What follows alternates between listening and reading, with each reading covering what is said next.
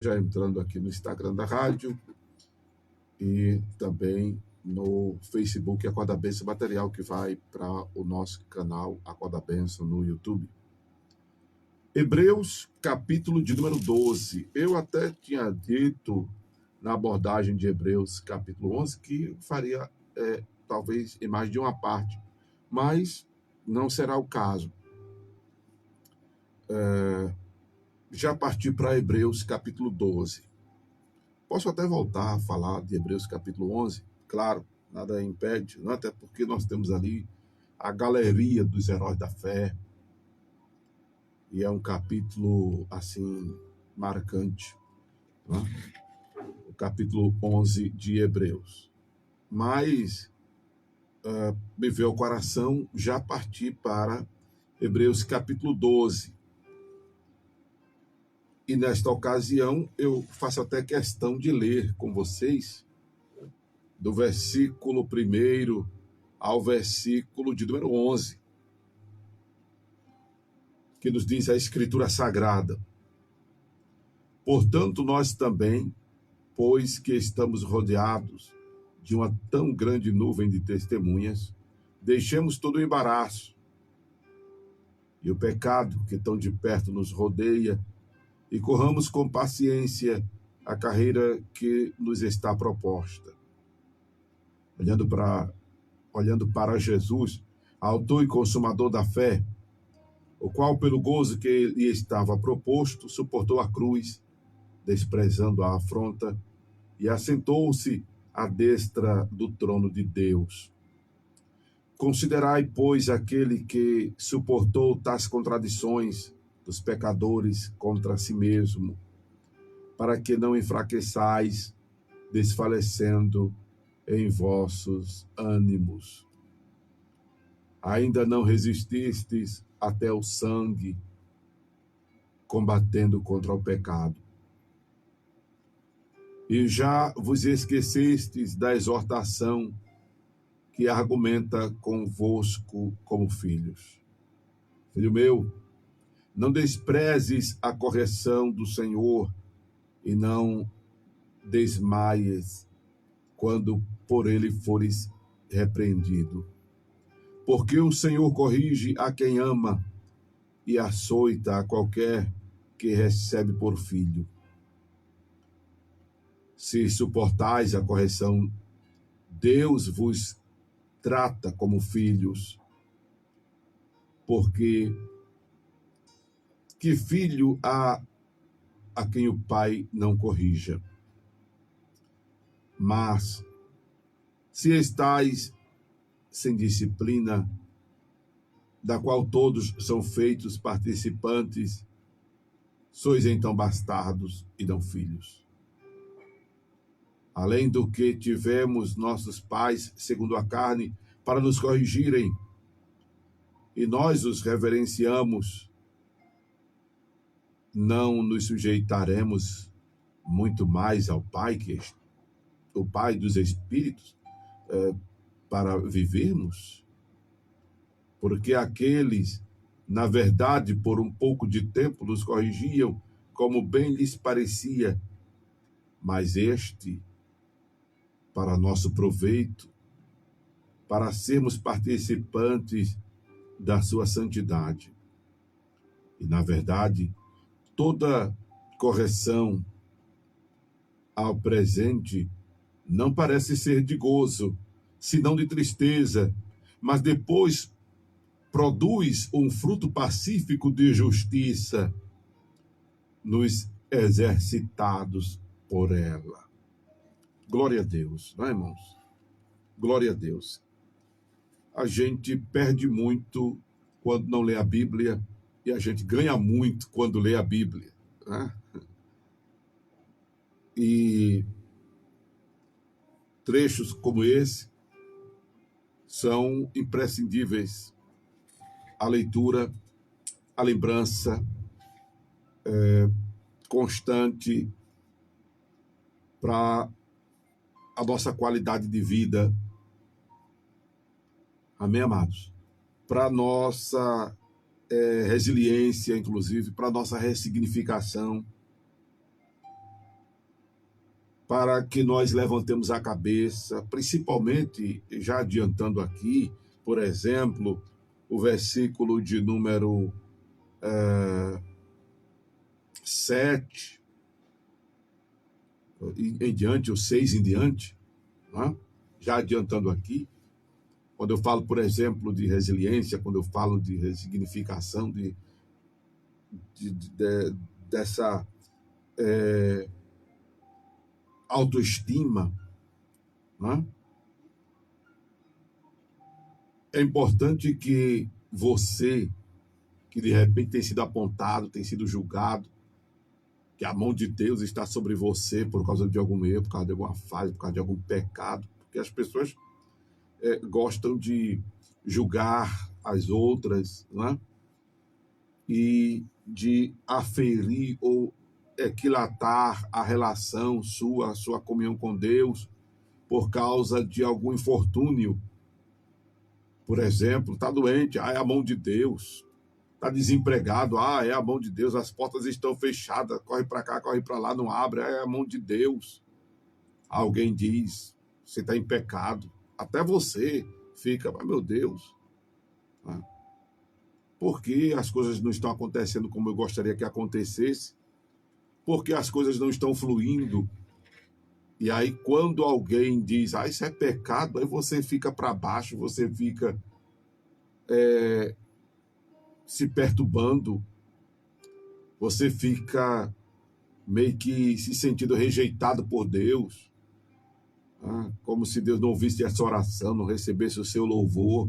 Você fica se sentindo o bolo fecal de qualquer coisa. Você fica se sentindo como aquilo que o gato enterra, é a expressão popular, né? Então fala que o gato enterra. A gente sabe o que é que gato enterra. Você fica para baixo.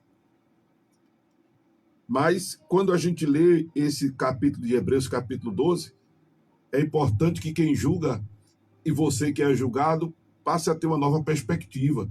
Porque se a mão de Deus está sobre você, digamos que seja, não é Deus com raiva de você, é Deus amando você.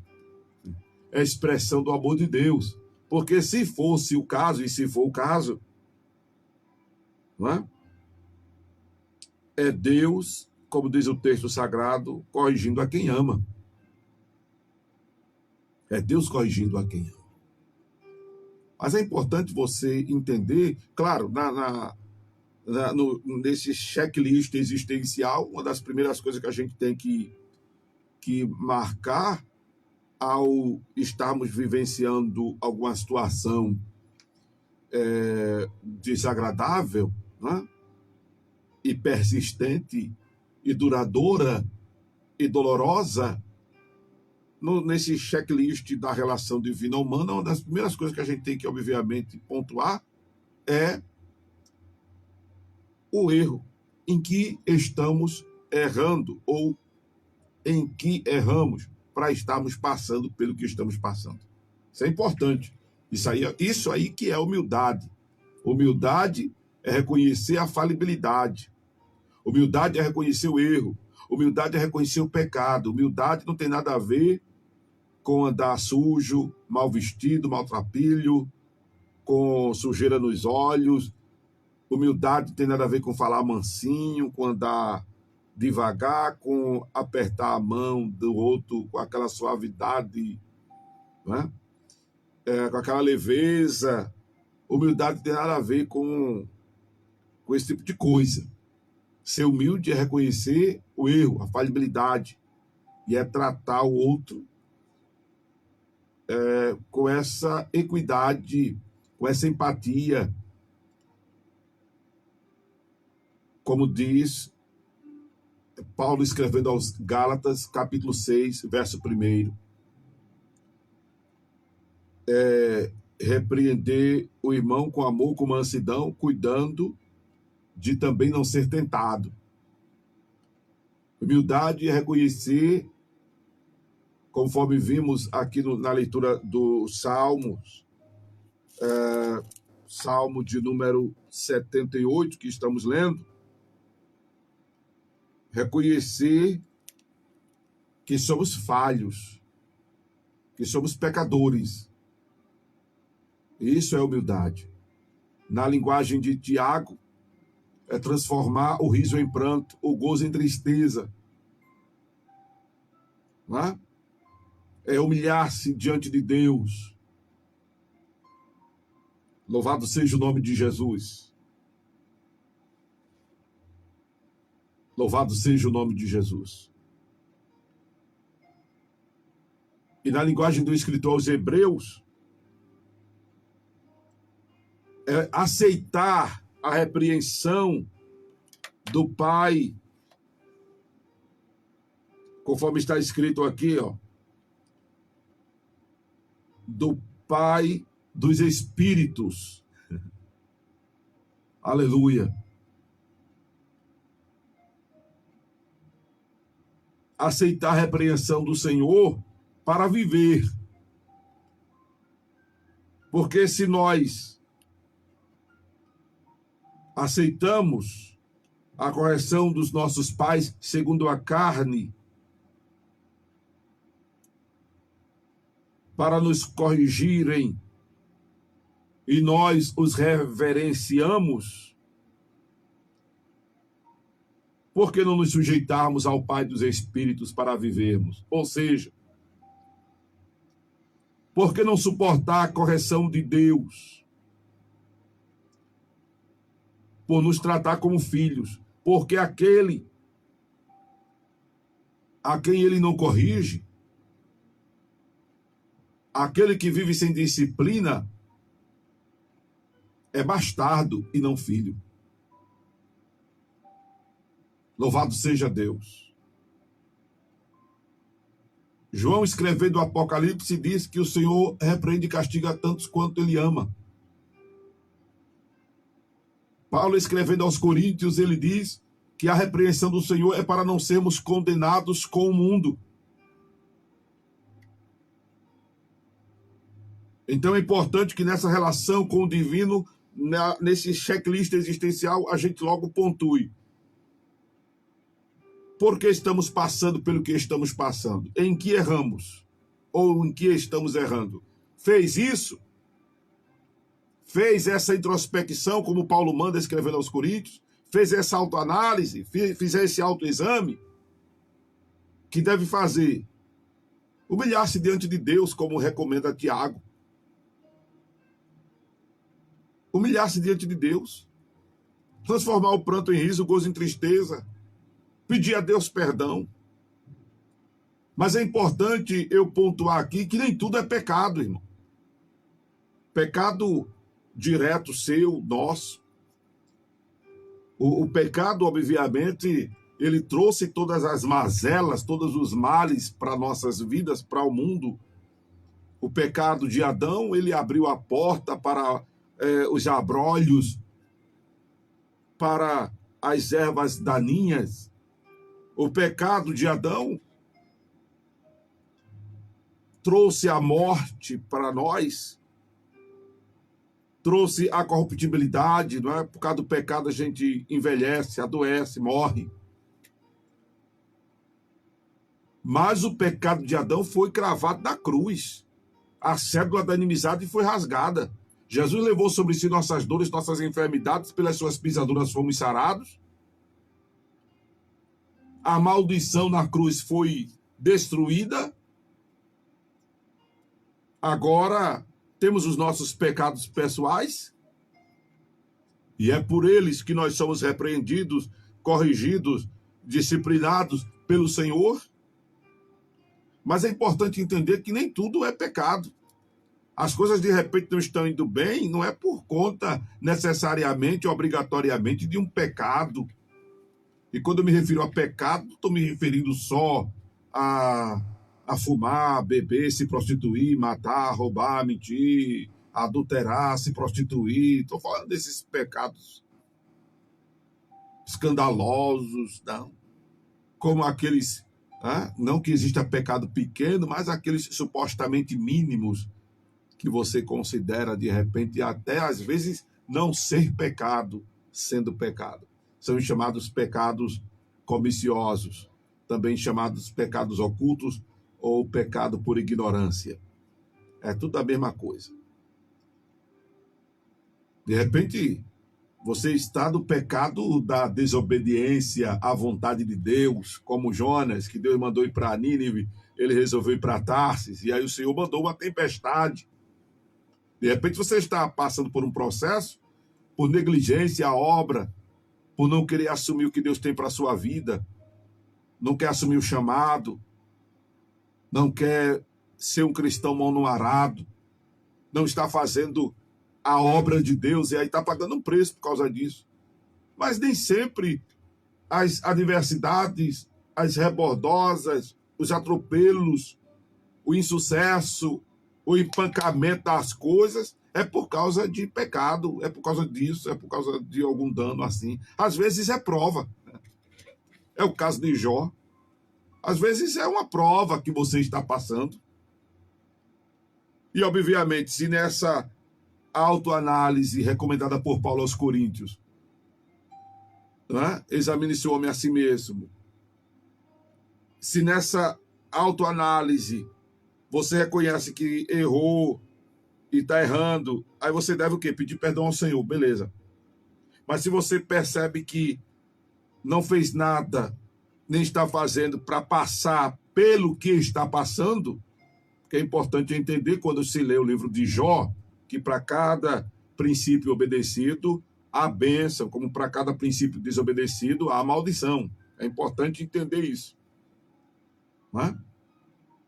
Então, se você não fez por onde está passando, pelo que está passando, aí você já fica mais tipo, ó, cabeça erguida, mais confiante de entender que é uma prova, aleluia, e a exemplo da repreensão, Deus também prova a quem ama. Aí você pode estar sendo usado por Deus de outra forma, uma forma que ninguém quer. A gente quer ser usado no manto, no reteté, no prá, né? A gente quer ser usado no cortar da espada, no rodopiar, né? Esse movimento que acontece hoje, que é engraçado às vezes, eu vejo, né? A gente quer ser usado assim, na língua estranha. A gente quer ser usado assim, pôr as mãos, curar o enfermo. A gente quer dizer ao demônio sai, o demônio bater em retirada. A gente quer ungir, né? E o milagre acontecer. A gente quer ser usado no louvor, na palavra. Mas a gente não quer ser usado como Jó foi usado. E de repente você está sendo usado como Jó foi usado no sentido de não passar pelo que Jó passou. Como já escutei algum irmão dizer, rapaz, eu estou na prova que nem Jó. Pelo amor de Deus, não chega nem perto. Não? Mas de repente você está sendo usado por Deus com um objetivo semelhante, parecido, porque, por exemplo, eu costumo dizer que Jó, Deus o tem como álibi. Né? Porque Satanás acusou Deus de subornar Jó. E Deus se utiliza de Jó para mostrar a Satanás que ele, Deus, não precisa subornar ninguém. Deus não aceita suborno de ninguém. E nem suborna ninguém. Deus se utiliza de Jó para mostrar a Satanás que ele não precisa comprar o ser humano para adorá-lo, para servi-lo, para temê-lo. Deus se utiliza de Jó para mostrar a Satanás que os seres humanos o amam. Porque ele é digno, aleluia, de ser adorado, de ser reverenciado, de ser amado, de ser desejado, de ser buscado. Pelo que ele é e não pelo que ele faz. Louvado seja o nome do nosso Deus, cujos céus manifestam a sua glória e o firmamento a obra das suas mãos. Então, nós não podemos ser cristãos circunstanciais. Nós não podemos ser cristãos interesseiros. Nós não podemos ser cristãos condicionados. Nós não podemos ser cristãos levianos. Nós não podemos estar buscando ao Senhor pelo que Ele faz. Devemos buscar o Senhor pelo que Ele significa para nós. Aleluia. Você precisa buscar o Senhor pelo que Ele significa ser para você. O que é que o Senhor significa ser para você? Louvado seja o nome de Jesus Cristo. Amém? Aleluia. Eu já comecei a abordar meio que do meio para o fim do texto que li, do versículo 1 ao versículo 11, porque tem sido essa a inspiração do Senhor para esse momento, né? Mas vamos voltar aqui ao começo do capítulo 12, que nos chama a atenção que estamos rodeados de uma grande nuvem de testemunha. Essas testemunhas não são só os nossos parentes, os nossos familiares, as pessoas do nosso convívio, mas os vizinhos, a comunidade, né? Onde trabalhamos, onde estudamos, por onde passamos, onde chegamos. Estamos rodeados de uma grande nuvem de testemunhas. Por isso que é importante nós primarmos pelo exemplo, estarmos sempre conscientes que somos luz do mundo e sal da terra, e que somos observados pelas pessoas que, por sinal, já dizem, gostam de nos julgar, né? E se só fosse julgar, é uma bênção. Elas condenam e sentenciam. Ser humano é complicado.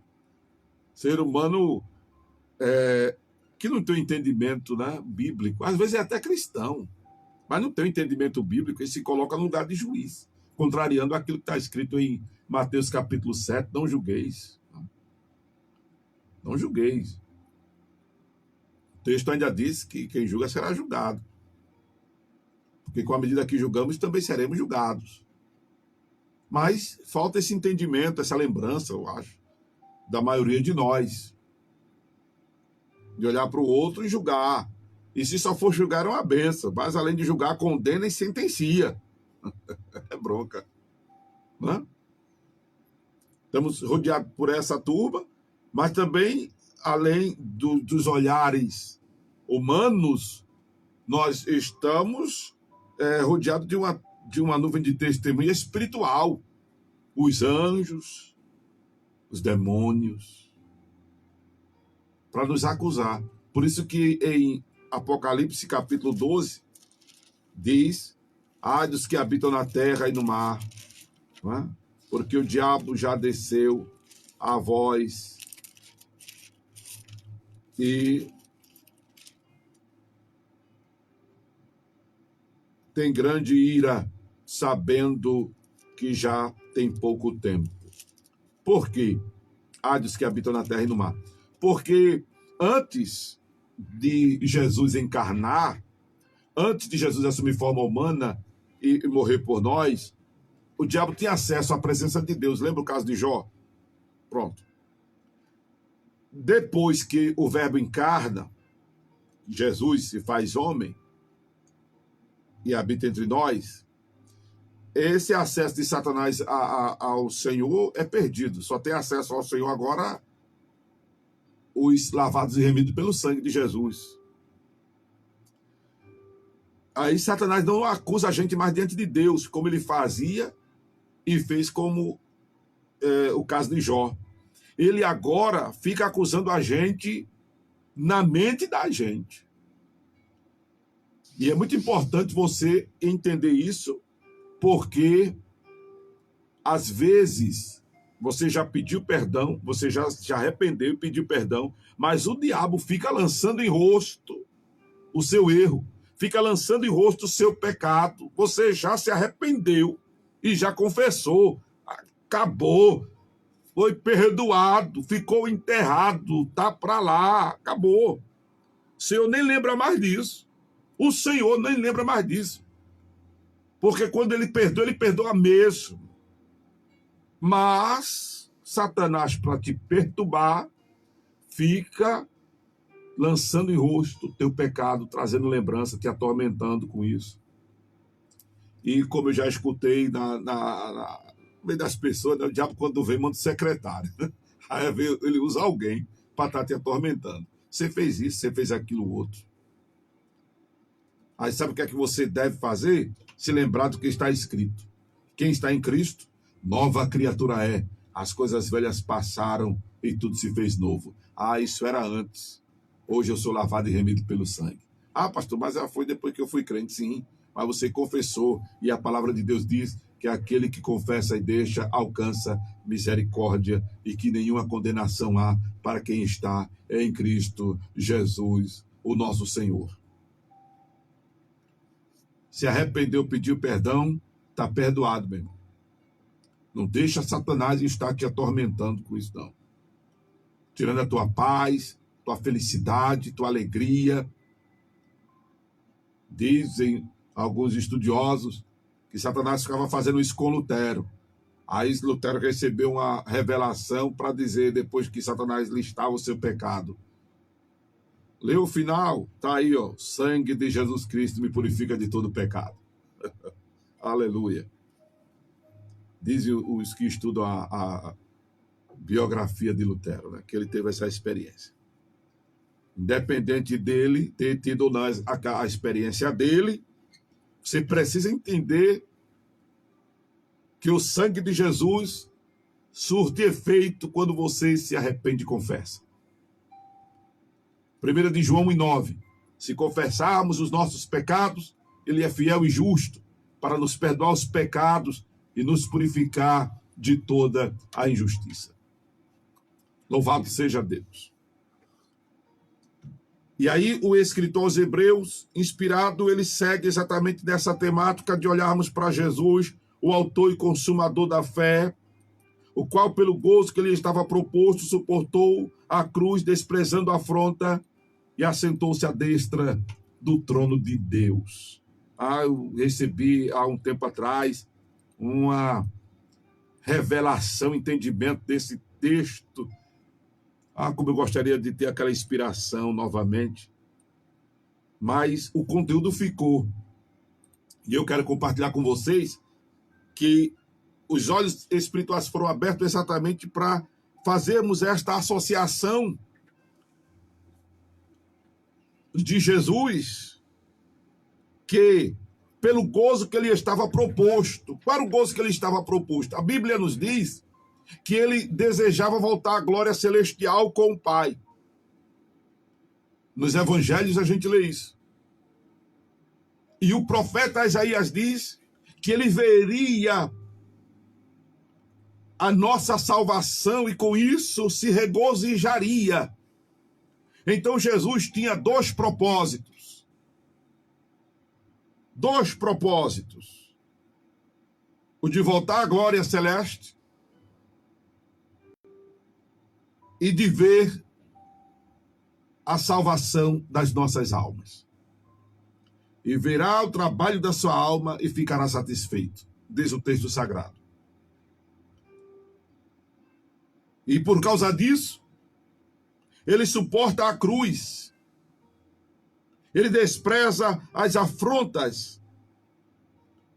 E observe, ele volta à glória celeste, porque ele senta-se à destra do trono de Deus. Quanto à salvação da minha e da tua alma, agora a responsabilidade é nossa, mas o texto sagrado já nos diz que a alegria do Senhor é a nossa força.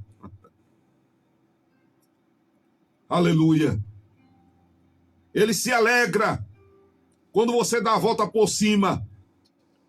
Ele se alegra quando você pensa em continuar em meio à prova, à tentação, a cair, mas se levanta, a tropeçar, sai como se estivesse catando, parece que vai meter a cara no chão. Eita glória! Mas você até cai, mas logo se levanta, aleluia! Ele se alegra. Quando você se determina a servi-lo, o sangue dando na canela, faça chuva, faça sol, você está com a mão no arado, ele se alegra. Dia desses, o irmão ligou para mim e dizendo, pastor, se Deus não me der vitória, eu não vou mais acreditar nele. Se Deus não me der vitória, eu não vou mais servir a ele. Aquilo me tirou o sono, eu fiquei preocupado com o irmão. Aconselhei, orientei, puxei para lá, puxei para cá, e agoniado e triste, e me acordei já pensando nele, liguei para ele, meu irmão, estou preocupado com você, você dizendo que vai desistir do Senhor, meu irmão, se ele fizer, ele é Deus, se ele não fizer, ele é Deus. Eu disse, não, ele continua Deus, eu só não vou acreditar mais nele, eu só não vou confiar nele. Eu disse, meu Deus do céu, que agonia, que peleja. E eu preocupado com o irmão, porque na leitura do que eu estava ouvindo, da situação dele, da causa, do processo, eu digo, meu Deus, o irmão está indo numa vibe que não é por aí, a gente tem que andar com o pé no chão, a gente tem que ser crente, mas tem que ser crente, irmão, com o pé no chão, a gente tem que ser crente com a cabeça no lugar. A gente não pode ser crente além da conta, sabe? A gente não pode entregar-se ao fanatismo, ao sensacionalismo. A gente tem que ser crente, irmão, com racionalidade. É intrigante essa palavra, porque parece que ela se contrapõe à fé, não é? Parece que se contrapõe à fé, mas não. A fé da gente tem um fundamento, e o fundamento é a palavra de Deus. Eu fiquei preocupado demais com esse irmão. Aí quando foi, eu acho que alguns dias depois, esse irmão mandou uma mensagem para mim. Pena que eu não tenho áudio aqui desse irmão. Aliás, não tenho áudio que eu mandei para ele. Porque o celular que eu tinha, me furtaram. Esse irmão mandou uma mensagem para mim. Pastor, vamos... Aí ele mandou uma mensagem para mim. Pastor, eu perdi a causa. Aí eu digo, meu Deus. E agora? Eu perdi a causa. Mas nós vamos fazer cruzadas evangelísticas. Oh, irmão. Aleluia! Aleluia! Mas nós vamos, pastor, fazer cruzadas evangelísticas. Irmão, meu Deus do céu, oh, irmão, eu me enchi tanto o Espírito Santo. Eu me alegrei, eu chorei. Meu Deus do céu, eu mandei um áudio para ele emocionado demais. Eita, eu digo, meu filho, é assim que Deus quer. É assim que Deus quer. Ele disse, pastor, o diabo entrou para me abater, para me destruir, mas agora é que eu estou virado, agora é que eu... Aleluia! Ô, glória! É assim que Deus quer nós, servindo a Ele. Era o que eu falava de resiliência, de ressignificação.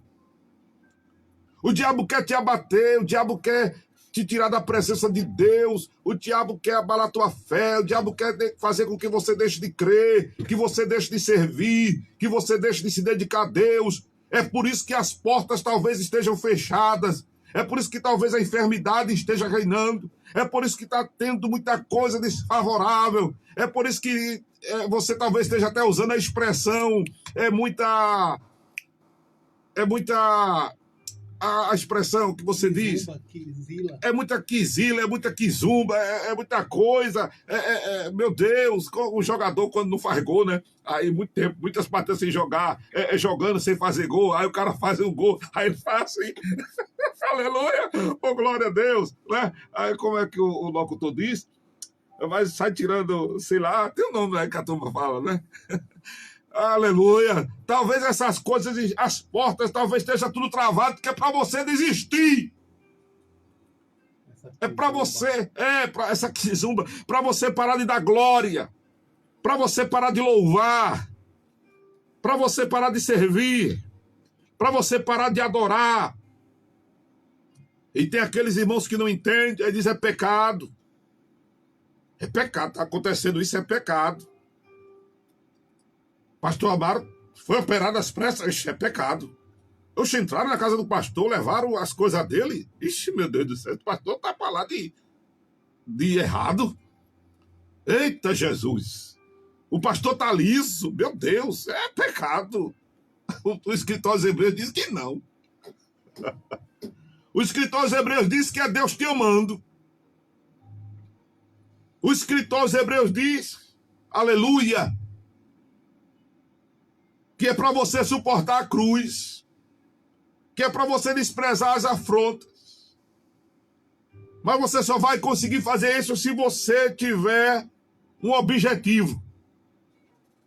E eu tenho dito nas minhas abordagens que o maior objetivo da gente deve ser morar no céu. Seja crente para ir morar no céu, está resolvido o seu problema. Porque só vale a pena ser crente se for para ir morar no céu. Aleluia. Aleluia. Aleluia. Aí o escritor aos Hebreus ainda enfatiza para considerarmos aquele que suportou tais contradições dos pecadores contra si mesmo. E ainda aí ele é diretivo aos leitores, para que não enfraqueçais, desfalecendo em vosso ânimo. Olha aí. Ainda não se resistia até o sangue, combatendo contra o pecado. Você pensa que tem feito muito, mas não tem feito. Você pensa que tem feito muito, mas não tem feito. Estou nem falando da obra de isso, aquilo, outro. Que aí Jesus já disse que depois de havendo feito tudo, considerai-vos servos inúteis, né? Porque não fazemos além do que nos é mandado fazer. Eu tenho até dito, procure ser um inútil útil, né? Não cruze os braços, não se acomode, não entre na ociosidade, procure produzir frutos, procure granjear talentos, procure ser um inútil útil. Amém? Mas o escritor aos Hebreus está dizendo aqui, inspirado pelo Senhor, que nós precisamos resistir até o sangue. Amém? Aleluia. Aleluia. Louvado seja Deus. Que esta palavra, louvado seja o nome do Senhor, fique gravada nas tábuas do seu coração. Se esta palavra lhe impactou, aleluia. Se ela mexeu com você, se ela lhe edificou, se ela lhe exortou, se ela lhe consolou, o que você ouviu foi a voz de Deus, a voz do divino.